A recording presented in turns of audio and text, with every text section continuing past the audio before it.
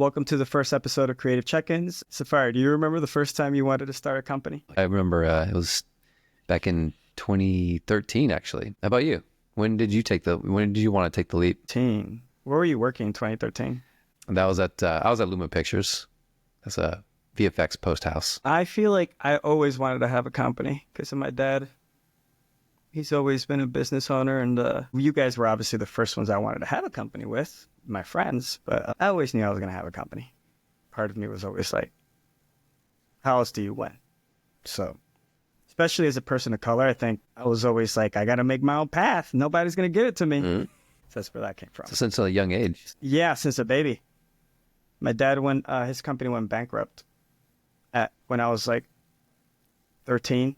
And I remember it being really impactful because we were getting older. He was talking about having to pay for college, and he didn't have a job. So I think that always stuck. That was when he had a company, or that he started a company right after? No, my dad had a company most of my life, and then as I got older, the company went bankrupt, and that was a big moment for us. Like, we had to downsize in the house. Once we moved to college, my parents also moved to the U.S. to be able to pay for college and get jobs in the U.S. and all that stuff. I feel like I've been thinking about that for a long time. Looking back at the things that we experienced, do you feel like either of us knew what we were getting into? The slightest. They don't think you know really until you live through it. When did you want to create your company? Give me more details on that.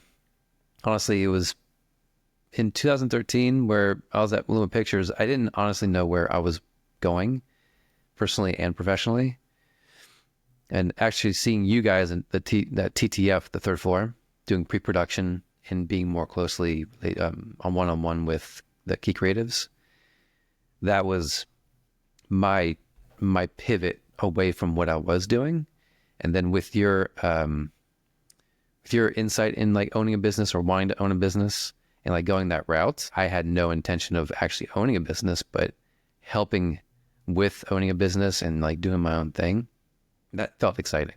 I think for the audience, we've done a lot of art projects together. We had Cactus Juice, we had Wonder Musk, we had Happy Mushroom, we had Narwhal. Some of them turned into companies, some of them didn't, but all of them were like multi-year projects. What was the first big challenge that hit you when running a company? First big challenge for us was coming out of the film industry and learning a game engine and then securing the first job in VR. I think was our biggest challenge. Our first big challenge. Well, I guess that's at Narwhal, but even before that, it was learning the hard way how complex game development is. Mm-hmm. Learning also the dynamics of working with your friends and what happens when it's not structured appropriately, which we've learned multiple times over. I think that's the first one that I can remember is probably the game. Building the game is the first one. And the second one was getting our first job in the game industry or in VR. That's right. It was, what game was that again? Oh my God, 2 Chainz. 2 Chainz Trap House. Oh, I thought you were going to refer to the Smash Bros. Oh my God, yeah, sorry, the first. Yeah, that's still, what was it? It was, I don't know if it did have a name, Full Throttle Moxie. Yep. And it was a Smash Brothers clone that was a lineup of ridiculous characters. Nothing from like another IP. It was just all original characters. But yeah, that was the first one, the first attempt at doing something. When did you realize, we created that, we tried creating that game. Me and you learned how to fund a business or company over YouTube. You ran finances and operations for a while I ran biz dev and marketing. And we both were doing projects together and creating stuff. But when did you realize that running a company is drastically different than being a creative? Well, they're completely opposite. When we were starting off, I had to run finance and HR and having to deal with making sure we understood state law and making sure people were properly taken care of paperwork wise. We were bookkeeping. I was making sure that the purchases we were doing were filed correctly so that when we did taxes, that was appropriately done. What a nightmare. That was years of learning and messing up and then relearning. It was a lot of, it's so opposite of being a creative, or at least at the time, like having to learn and do that stuff was super challenging. I just had to, it's like I was glued, I was used to being on the box and being a creative and doing things. And then I'm like having to pull away and read up on these bulleted points of this is what you do to bring in an independent contractor or an employee, or this is how you do this and that. So it was a lot of frustration because I was needing to do that. You have to do that. And eventually I learned the duality of being a business owner, of like, this has to be done. I'll do this once in a while, this creative part. And so I can flip back and forth. It got easy enough. And then eventually we got help. But at the beginning, it was definitely tough. When did we get help? How long did it take for us to get help? Man, we had, I think it was on our own for a few years. And then we got some help, I think during Mandalorian season 1. And then Just around 4 years in. that was 7 years ago. Or 4 years in. Yes. Yeah, 4 years into the company. So 4 right? years in. Right. 7 years. That's when we started to actually hire in employees to help out consistently and make sure things were going right. And then eventually we got even more help, which, because at that time it was employees coming to us with questions and all that. And then, so that still peeled attention away from the creative. And then about 2020, that's when we started bringing in the heads of departments to make sure that the people that were had the questions had answers, the heads of the departments. And then that it was able to be a much bigger shield, and we were able to focus on other things. But those first few years were pretty tough. And even when we got our middle management, we were already the size. So like, you were kind of managing and also running projects, and you're basically head of production, art director, and helping with operations. So it's pretty nuts. I guess one of the biggest lessons that I had through this experience is the growing pains of going from 1 to 10, or from 2 to 10, from 10 to 50, from 50 to 100, and over 100, completely different. There's no way to know unless you do it. Or I guess you go to college for it, and we didn't go to college for it. Or you have close mentors that they've been through it, and they're just constantly, you're attached to the hip. But even then, you have to make decisions. You have to make decisions that are right for you. They can advise so much, but then it's up to the business owners to actually steer the ship. And in the end, it's our decision to make these choices. But it is, when you live it, then you realize, oh, I shouldn't have made that mistake, or this worked, so let's do that again. But yeah, it is a constant learning lesson. Jenna, I had that coach that Narwhal paid for years, Jenna. That came in around when we were growing past 50 people. I had her for 2 years, and that was a huge help. But we were lucky that we had the money to afford her, because she was a coach, and we were lucky to have a couple of different coaches, right? I had her, and I had, Miles Perkins. I had different other coaches that were unofficial. I guess your nurturing came through the projects under Jon Favreau and Andrew Jones, right? So you developed a different skill in management, I think, that I obviously wasn't doing that piece anymore, especially not on Unreal. So it's cool. So where was the moment early on where you thought this might actually work? I felt like when we started Happy Mushroom, the first year of us starting Happy Mushroom, I moved to Big Bear from LA to get away from the city and the noise. You stayed in LA. That year, we decided to leave our jobs and learn Unreal. And that was the year where I was like, this is going to work. Because we had an idea of how to use Unreal in film, but that was when we stress tested it. And you come up with a pipeline. We created some projects together. We're already from film, so we started seeing how to use the game engine in film. And then we started posting online, and we started seeing people give us great feedback. And then we started sending our past friends the information, including some of our clients, some of the people that became our clients.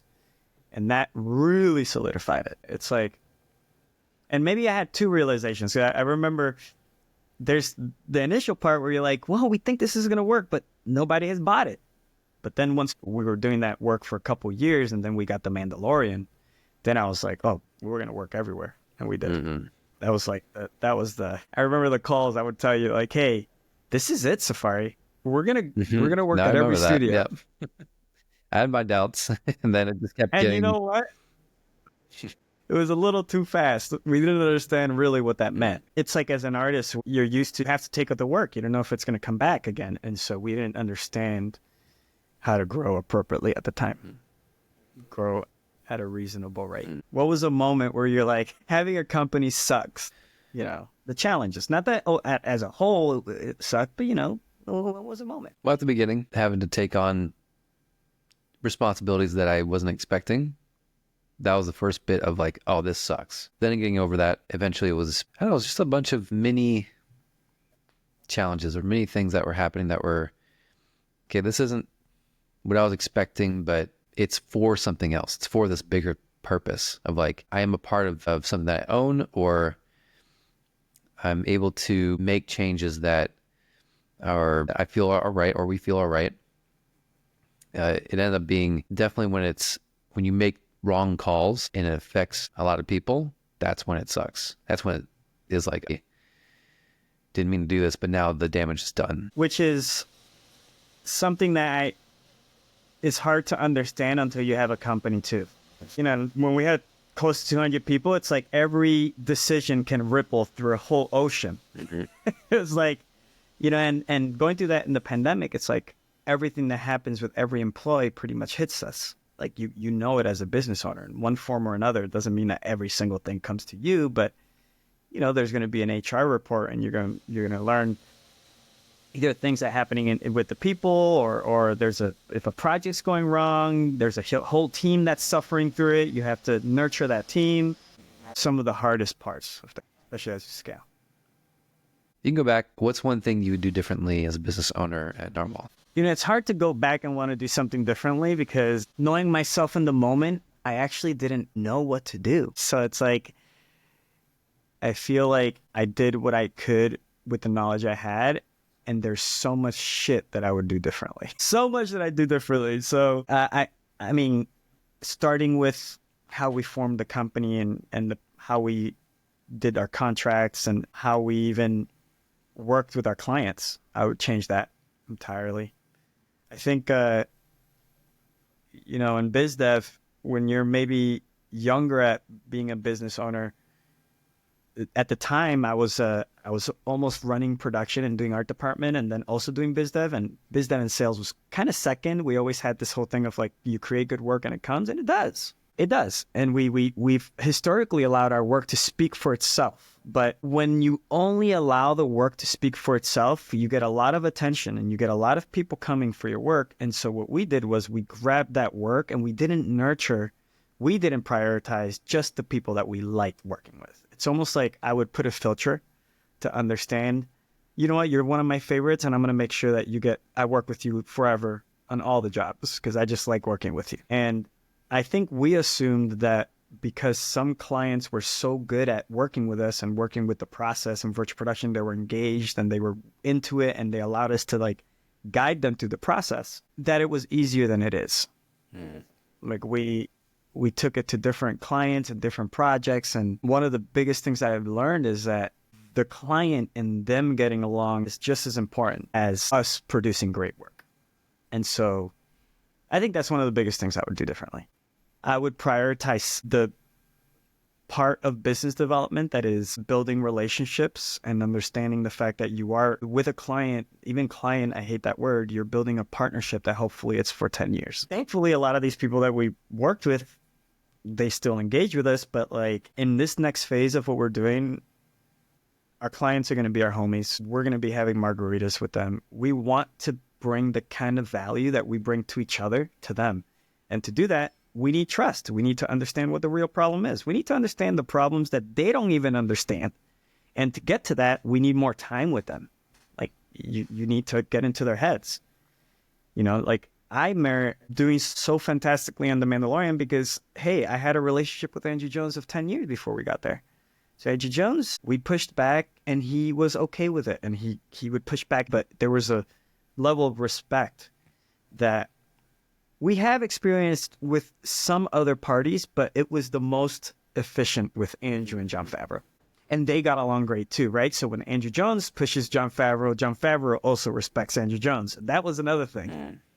Yeah, I've been on movies where I could be respected and my team's respected, but then the production designer and the director don't get along, where the production designer and the VFX supervisor are in a cahoots, and and so yeah, I feel like we have better tools to both pick the right people for the process, but also better tools to help them feel welcome and for us to build a relationship. Yeah, it's tough when the person that we're working with pushes back so much and isn't open to collaborating with us to make sure that things are going smoothly. Some things are going to break, and knowing that there's plenty of people we've worked with that have that understanding that were fantastic. And we ended up figuring out what the issues were, or figuring out a process that worked for both of us. And having clients that are a little tough to work with, that are more closed off, is really difficult. Especially when they're closed off to each other. It's like, okay, well, you're all running the show and you're all fighting with each other. We're here to help you get to your final conclusion for your story, but we've been put in between some animosity multiple times.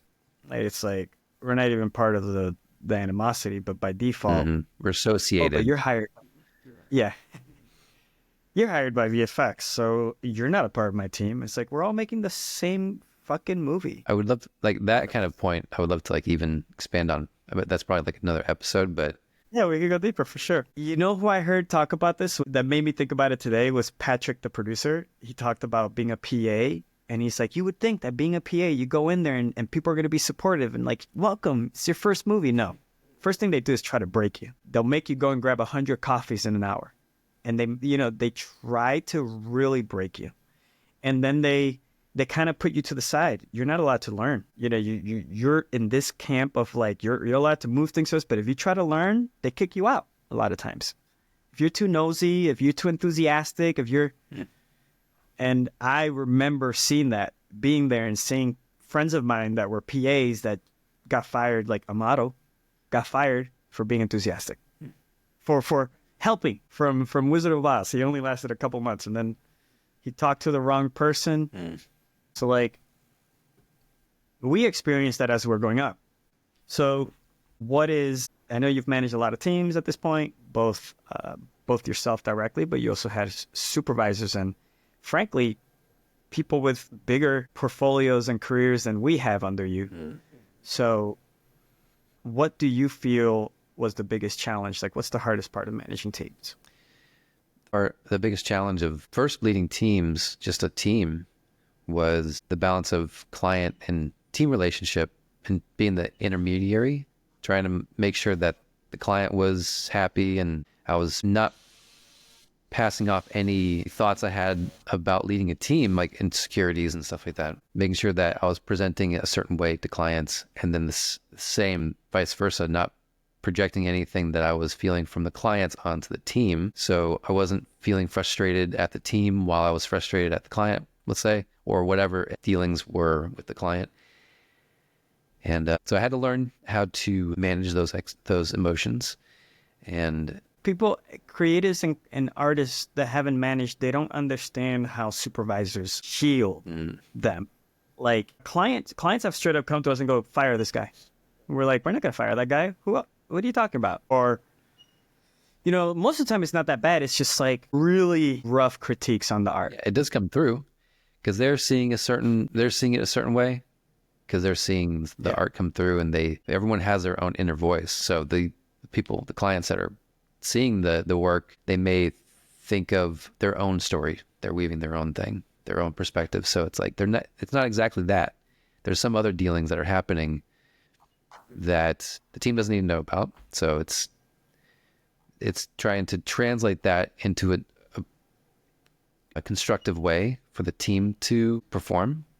Then also turn that in a different way to the client, to word it a different way, or say like, give us this amount of time, or whatever the case is. Like, that was the challenge of starting to get into a leadership position for just one team, then overseeing multiple teams. We had to find supervisors that were experienced with running teams, not just kind of finding somebody who does well at art or maybe has just run teams, but finding the people who are actually really good at doing both client relationships, taking care of a team and caring for them while also being really good at art direction. Which we tried both. We learned that one the hard way, right? There were times where because we started that way, where we were like, we just got thrown in the deep end and then we had to figure it out. We thought that we would hire some people that were just art directors or really, really senior artists. And it was really difficult for them to move into the managerial position.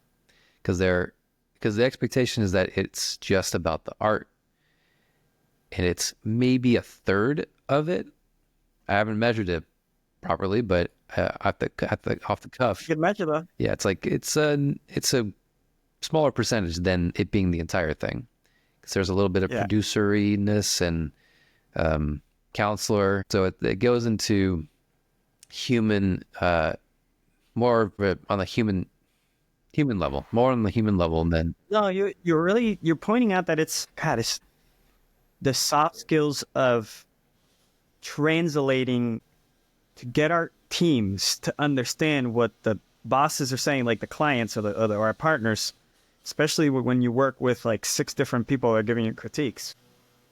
Grabbing all their critiques and then going, this is what you need to prioritize, because we know the truth is, like, they always say what they want, but we know what we can deliver. So there's never a moment where you can deliver everything they want. So it is up to us to extrapolate what's the thing that's going to provide the most value, or at least ask directly, and then be able to provide it to the team.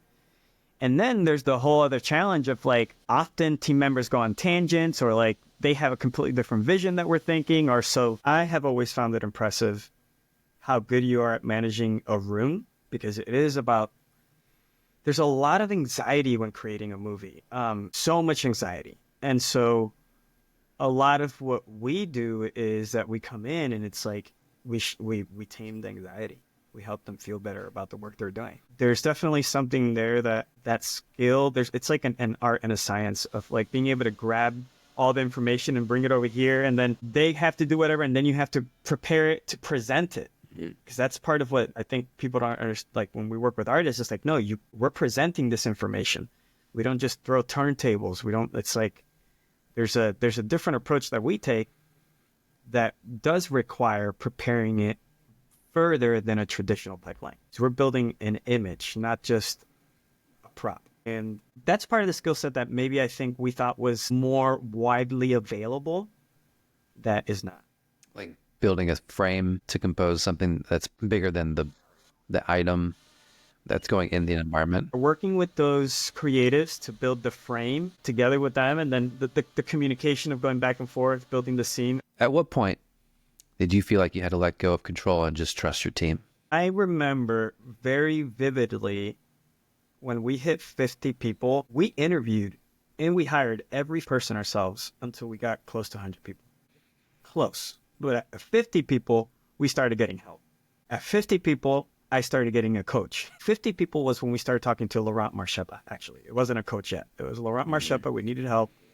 We needed help with restructuring the company because we saw that it was going to grow to 100 people really quick. We had a year where we knew we were going to double by like 30 or 40 people. And I was getting burnt out because we were doing classes with the teams. Twice a week, we would do lessons to the team on filmmaking. And I was pretty much talking to everyone.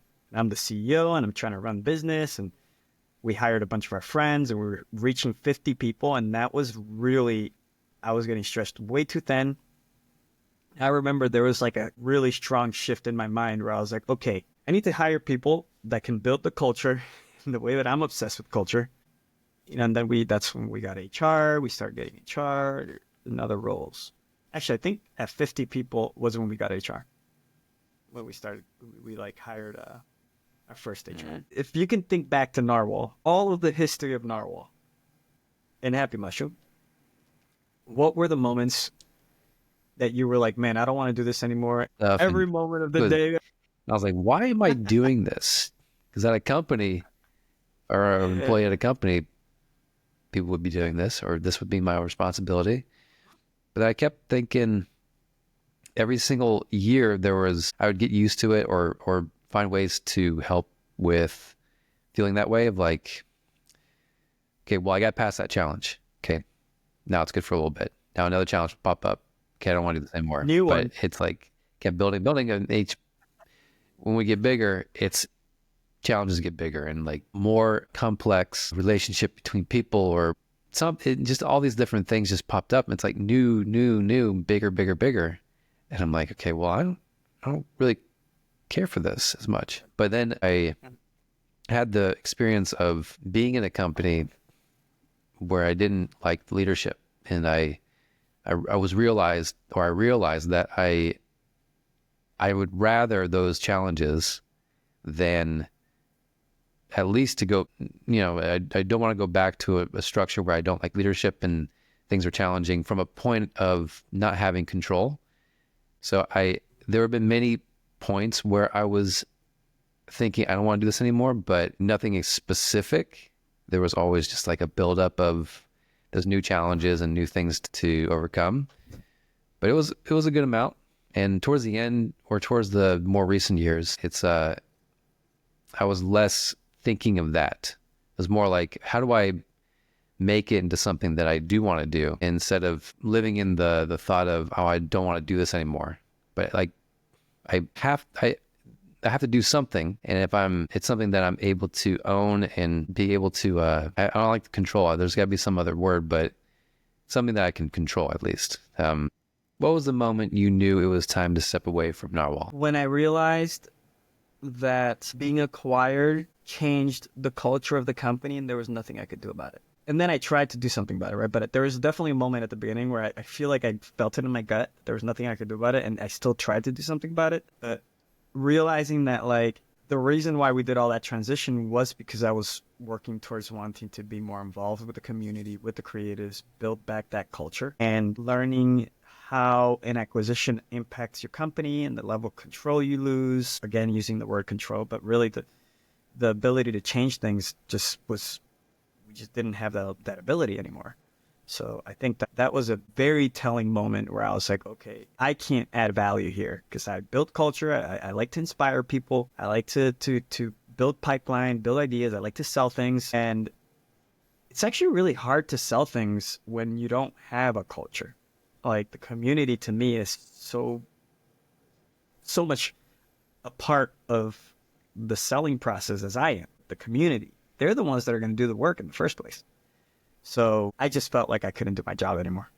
It's like, I got no culture. I got no teams that are super excited about the culture, that you got no way to change it necessarily. I am trying to push, and it was just virtually impossible to change. So, not to say that it changed to the better or to worse, right? That's beside the point in another conversation. But really, just me in that position, I felt like I couldn't add value anymore in the way that I could when we were a startup.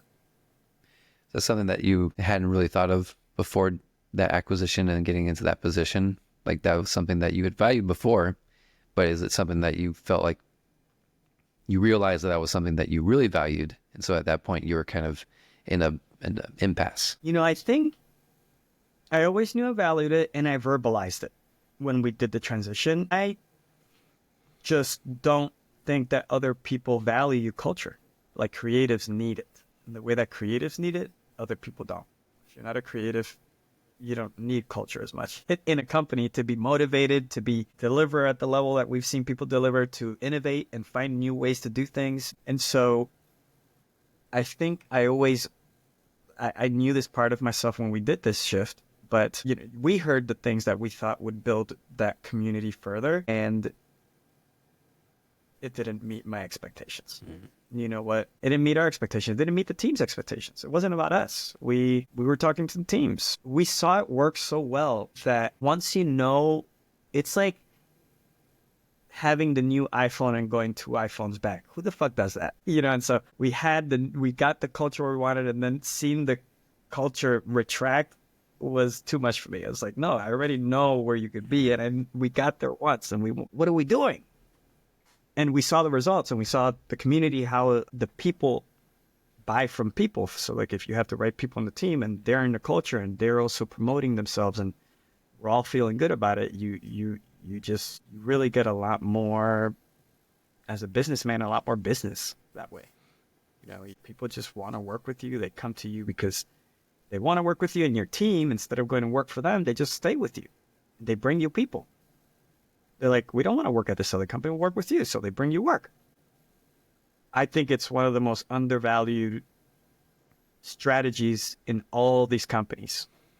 They all undervalue the team. It's so important. For them to be together, to like being at a place and working together, and our managers and supervisors and team really made a huge effort to make sure culture was at the forefront. Oh, the best. God, we had such amazing producers and supervisors, and it was very humbling. Very humbling.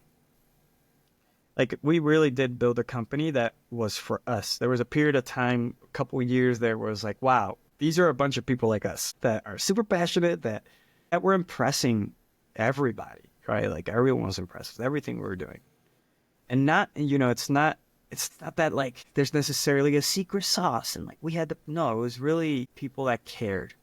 Our team really cared to do a good job, and they listened. They didn't always, we're not people that, we're professionals. You're not going to come to us and tell us exactly what to do and we'll do exactly what you want. We interpolate and we get you something better, hopefully, than what you're expecting. And so our team was really good at doing that. Like, it's like, oh, you want some animated characters in the scene doing, just walking around? How about they bump into each other? Your microphones changed, or? No, did it? It just felt like it was further away. No, you know what? Let's just put it back here where it was. It should be closer this way. Or I could just do this. Testing. That must be better. What do you feel it's something that people don't realize about moving on from something they built? As a company that you've built and put a lot of effort and time into. Or a project, right? Sometimes it could be a project, but yes, building something over 10 years that you step away from. In this case, it's a company. Yeah, because it's your baby. It's something that you've put time and effort into, probably many late nights, many weekends. Stepping away from it, it always feels like it's not the right time, maybe. I don't know when the perfect time would be, other than like, here's a fat paycheck and everyone's happy and all the check boxes are checked. But unless that happens, and unless it's to the degree that you personally feel like success is fulfilling you, like this specific fulfillment of success or definition of success, then I think you're always going to have some pit in your stomach of, is it the right time? Is this the right choice? Is it something that I should hold on to just a little longer, just a little bit? Like, when's the right time to walk away or do something different? And it's something that it feels like it could be an easy thing to do at the beginning because it's fresh or before you even start it. But, 10, now 11, or I guess 10, 11 years into it, it is a small child of a thing. So it's like, after 10, 11 years, it is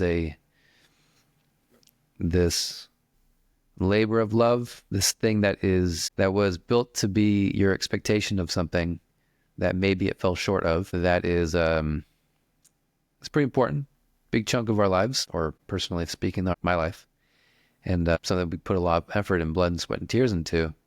That it's tough to say whether it was a success or not. I like to see it as we did a lot of these great things of trying things out that we thought were right, and it feels rewarding, honestly.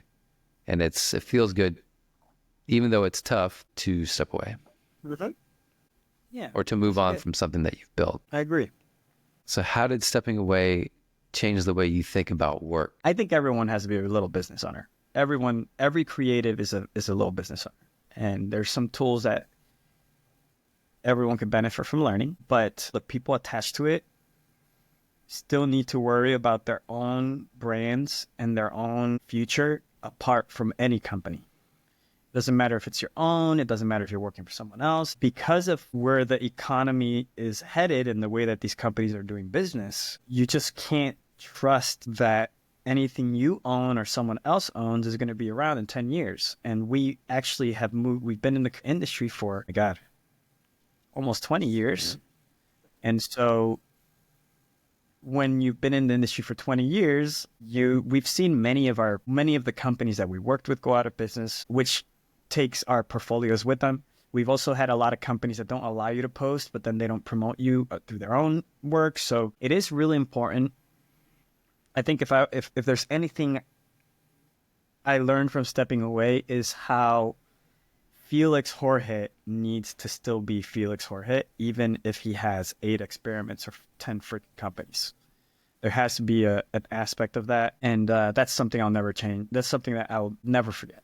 The world is changing. That's made it where you can't just go to one of these companies and then expect that they're going to have your best interests in mind. You can't even create your own company and expect that it's going to have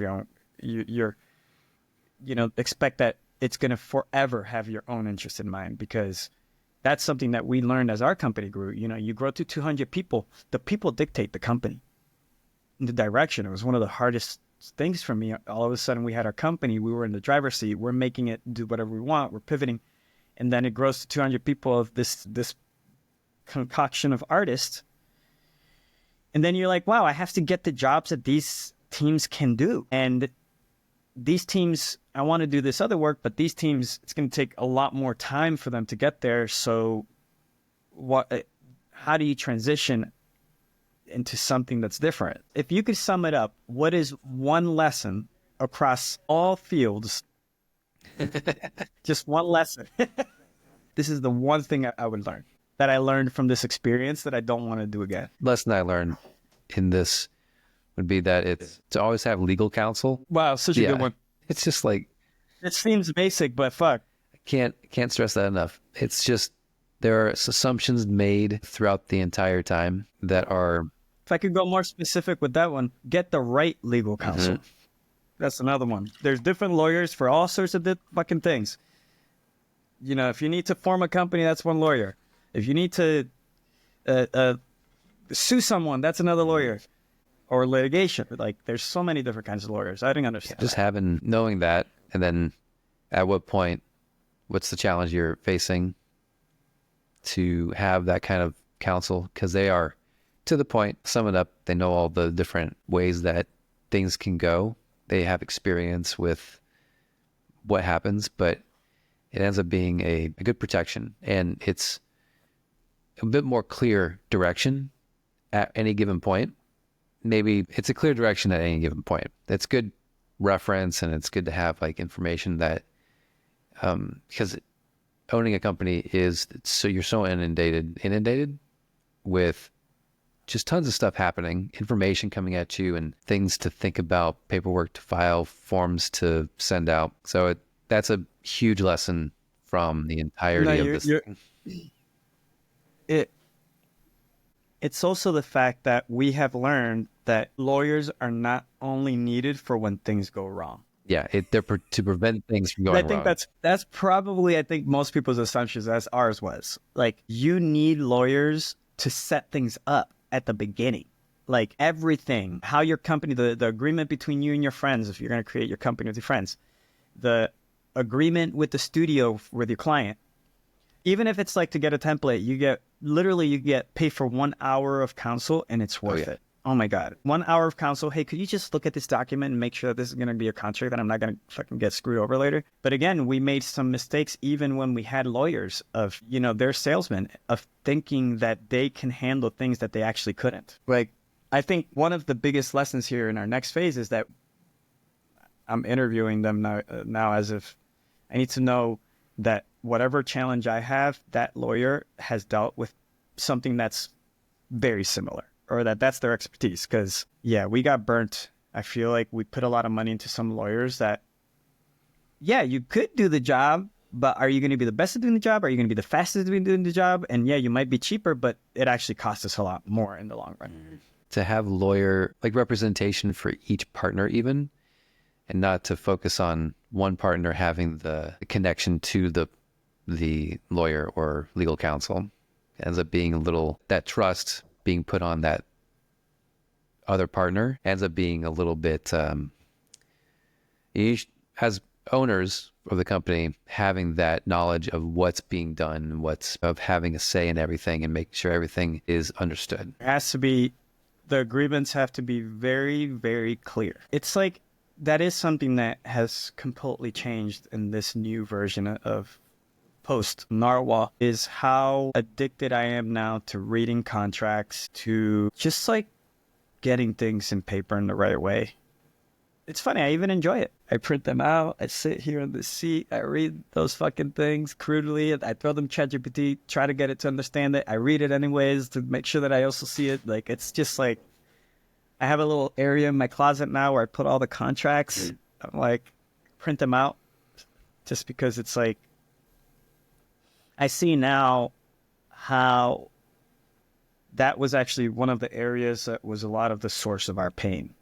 Could have, even when things go wrong, that's why you want to have them in place. Like, we would have been in a much better place.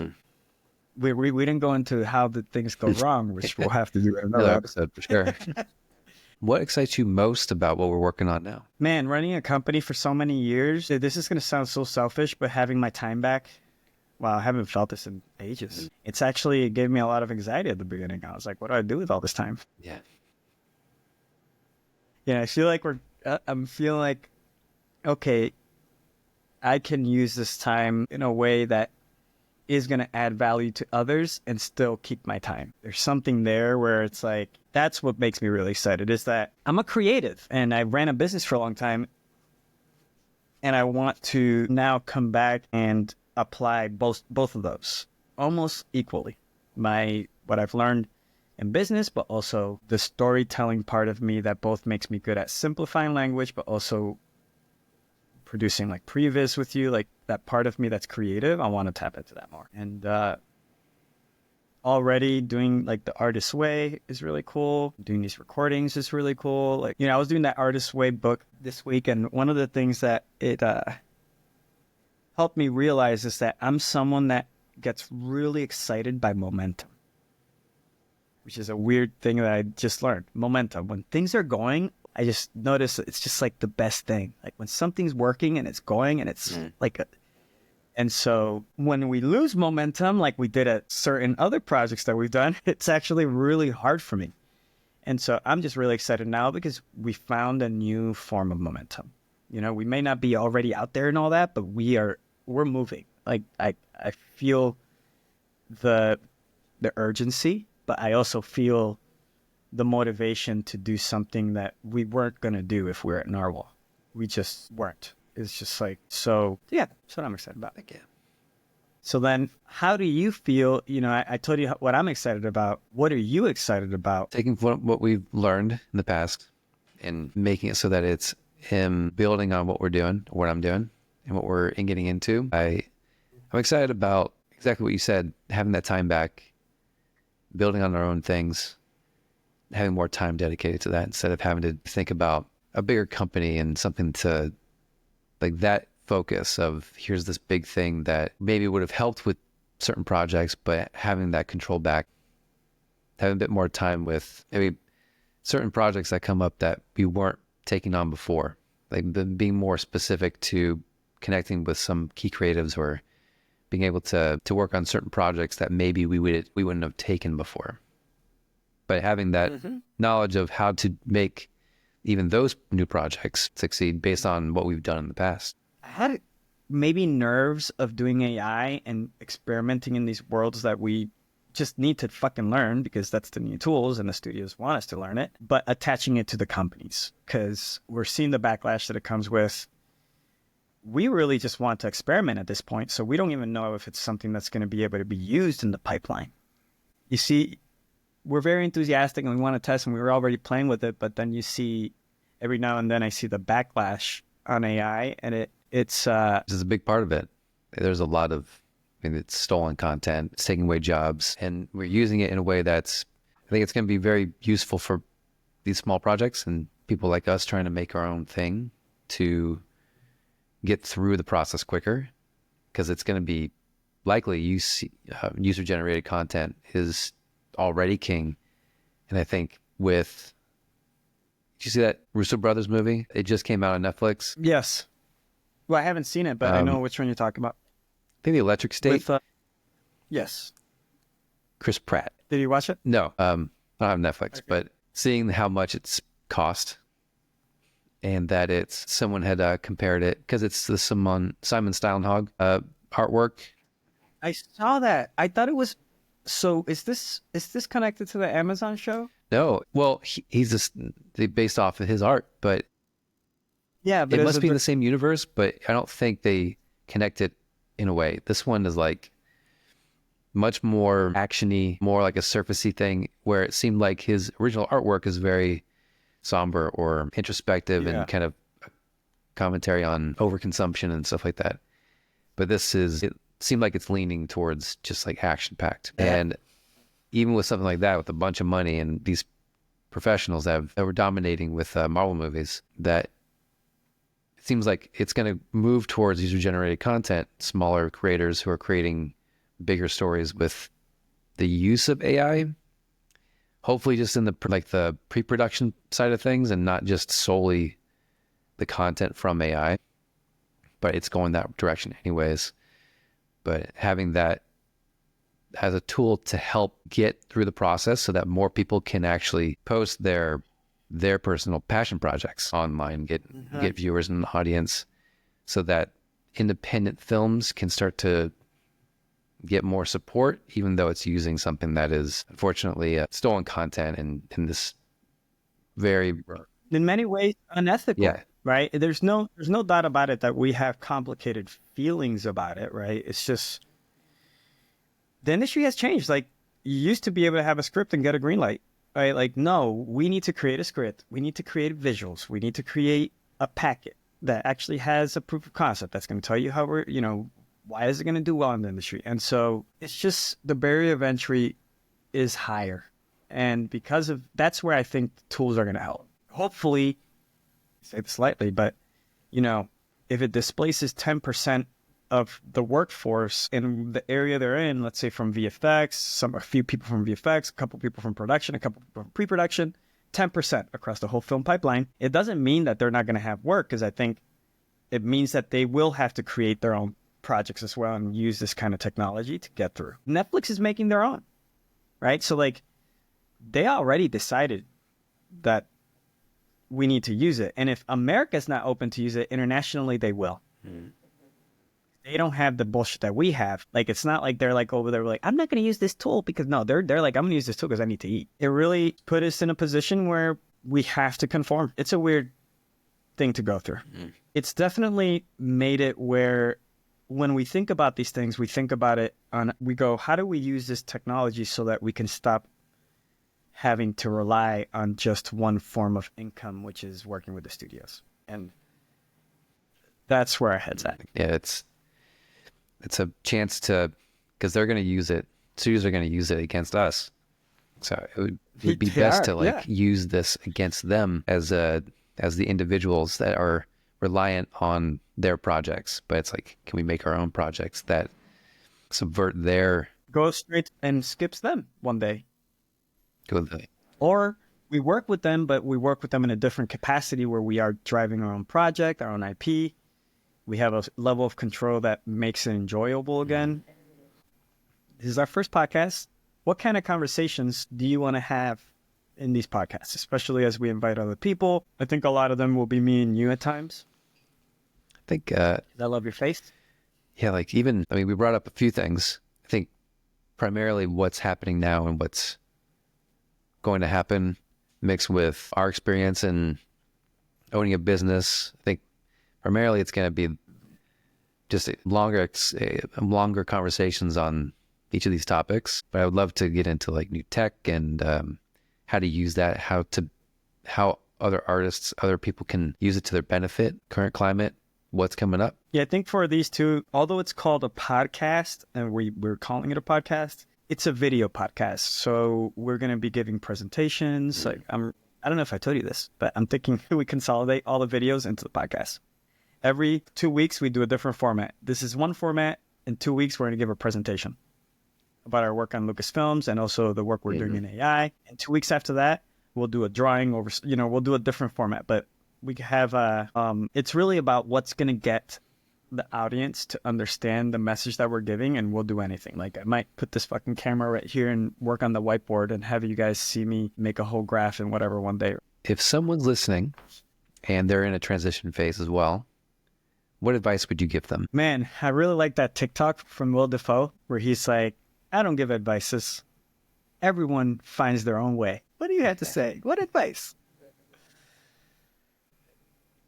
To someone that is transitioning in a transition phase, I would say go inward. You know, like, God, I read so many fucking books and they all teach you the same shit. They just use different words. So, like, find something that's going to inspire you. It doesn't matter what it is. Just read it. You know, find something that's going to inspire you. There's a million different books.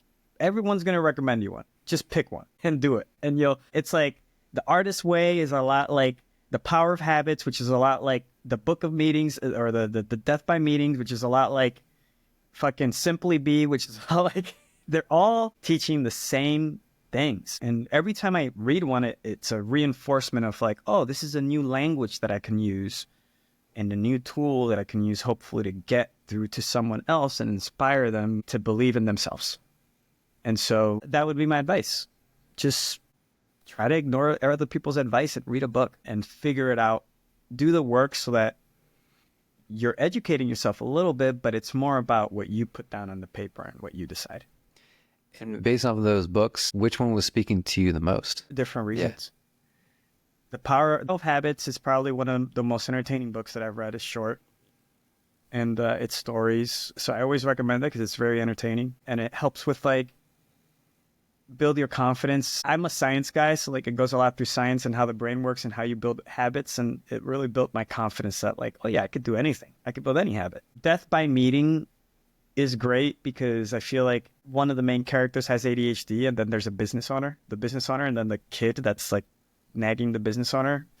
And the kid is the one that has like, I'm pretty sure ADHD. They don't really tell you the condition, but whoever recommended it to me knows me and was like, there's someone here that you're going to like. And they were right. You know, Simply Be is great for identifying your brain, but Simply Be is the one that I did. But there's also I Am My Brand, which is another one I was reading at the same time. And then I went with Simply Be. Yeah, it's when you're a lifelong learner, I feel like there's so much to get from all of these. So much. The 1 Minute Manager, such a great book. The 1 Minute Manager helped me a lot with micromanaging. It really, really was the one that got me out of the fucking weeds. Mm-hmm.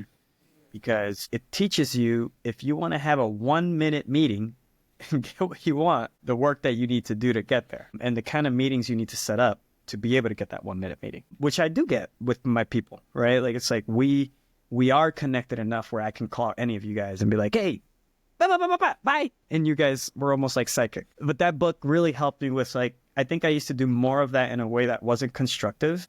You know, it's the really senior guys that are running, have their own little unit, that are doing their own things that people kind of don't get to see. And then companies like MPC have those people right now. It goes out of business and those super talented individuals now don't have a portfolio and they're having to scramble. But really, they were the ones holding the ship together. Death by Meeting is a story of a CEO that sells his company to a bigger company.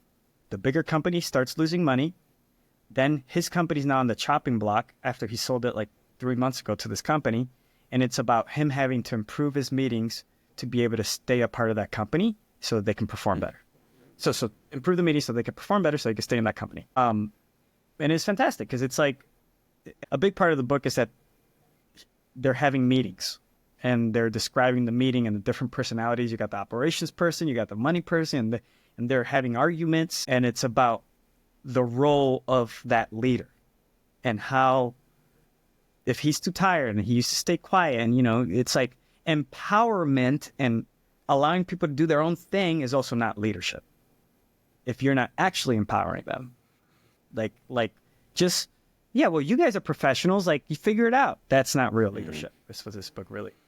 The job of the leader is to listen and let them do it. But you come in and you advise and you go around and you propose ideas that they then build up to what you want. And that's what that book is. It's like, how do you not have a million meetings? How do you have one meeting a week, which is what we do now after that fucking book? I only have one meeting a week with our Skyward team. And then you have additional meetings like the strategy meeting or you have other meetings that are very, very specialized. But it's like my process, I think, of management is a mixture of Death by Meeting and the 1 Minute Manage. The 1 Minute Manager helped me with micromanaging. Death by Meeting helped me with structure on how to organize the meetings. It's the good balance of both. Yeah, because Death by Meeting, I took the 1 Minute Manager wrong when I first read it. Actually, I was practicing it wrong for like a year. I feel like the Death by Meeting helped me come back. It's not a 1 Minute Manager per se. It's not that you're going to be having 1 minute meetings. Engagement is the most important part, because it's like, am I really adding value? Like, do I enjoy it? So, and then it's like, how do you reframe your mind to actually make it, or the team, the meeting itself, to actually be a meeting of where you can get value by not discussing everything at once, by properly assessing what you have to talk about, by giving the different people in the meeting and the empowerment to be able to make decisions even with other people present, by the leader, you, if there's a disagreement, right, fixing that disagreement. That's when you come in, or properly coming in where it doesn't feel like you're being invasive, and so I still have a lot to learn there because I'm passionate and sometimes it just comes out in a way I don't want, but I've gotten way better, buddy. Yeah. That's right. I listened to the 1 Minute Manager twice. I listened to it again, the newer one, because they released a new one from 2024, which is cool. He updated like his concepts and what he felt like he had concepts that he felt were outdated with the current day internet to account for the new way of working with Slack. Which I can't remember which one is the book, but one of the books talked about jobs are fun when you're feeling like you're doing your job. If you have a job and you feel like you're doing your job, a good job at your job, that's when they're fun. You get to act like someone else. You could be whoever you want. Like today I'm a banker. I'm going to go to a bank, but then at night I have a lover and I have my kids. They're not going to see the banker. Well, I'm going to come home and talk about money with them and ask about a transaction. Like if even a banker could have fun in their job, if their job allows them to, has created the kind of environment where they can feel proud of the job they've done. And I think that was a really good lesson for me. I like that. I love you. Thank you. Gotta thank those books, man. They help. I am listening to The Artist Way right now, right? So that one's really building my confidence. It's a little religious. Actually, no, it's very religious. It's a spiritual path to being an artist. And she talks about God, but she also does a lot of work to take you away from that. Like, hey, say the universe or say whatever works for you. This one's been challenging because it's like spirituality, right? God. But especially my younger days, I used to say the universe a lot. And I do believe that being a creative in art is something that is manifested. I don't know. It's like it comes out of somewhere else, right? So like that's something the book I have been liking about The Artist Way. I told you guys, my parents used to say foo-foo fa-fa, like, oh my God, you're foo-foo fa-fa, which is like, you're such an artsy-fartsy. That's what it is. You're artsy-fartsy, foo-foo fa-fa. My parents in Spanish. And artsy-fartsy is used in a negative connotation. It's like, people make fun of you for being artsy-fartsy. And this book is all about like, no, lean into the artsy-fartsy. Like, this is not you. There's a higher power, like the universe or something that's speaking through you. Remove yourself. Remove the logical brain. Shut that shit off. That's just another part of you. Let the other part flow through you. And I'm like, oh yeah, this is gonna work. Because not a lot of people have that creative side. They don't have the whatever that is that helps with whatever that curiosity or something. There's something that is trainable, but it feels like something else. And a lot of people they don't have the level of creativity as someone who's focused on it and whose life has been leading them in the direction of jobs and output. And it's something that's definitely cultivated to be, you think about more of the meaning of something or the ambiguity of emotions and all this other stuff. The meaning of something is a good, the things that we feel, right? This book is great because it's all about everyone is an artist. And how do you pull that out of you? Or everyone has a creative in them. And how is it that you can pull that in you? So she talks about lawyers and talks about all these people that aren't creative that through the practice of The Artist Way became creative. And I believe it because it's literally makes you write 3 pages every day.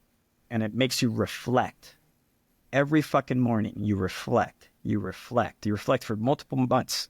It makes you reflect for multiple months. That to us comes normal. Like, we've been doing that shit. Like we've had a company. It forces you to think. We're also very creative. Like, I have a process that I call top of mind, where every morning I would come here and write whatever was top of mind. And doing this book, I'm like, oh my God, this is my top of mind process, but with a goal at the end of doing it for 12 weeks, just to either figure out what direction I want to go more, or what do I want more of in my life that's more creative, or whatever that is. Where can people find us?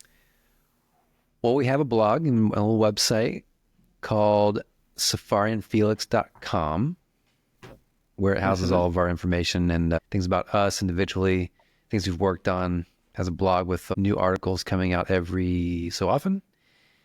And so where you can sign up for a little newsletter too. Nice. That's right. And if they're enjoying this, what should they do next? Do exactly what Safari just told you. All right. Thank you guys for hanging out. See you later. There you go.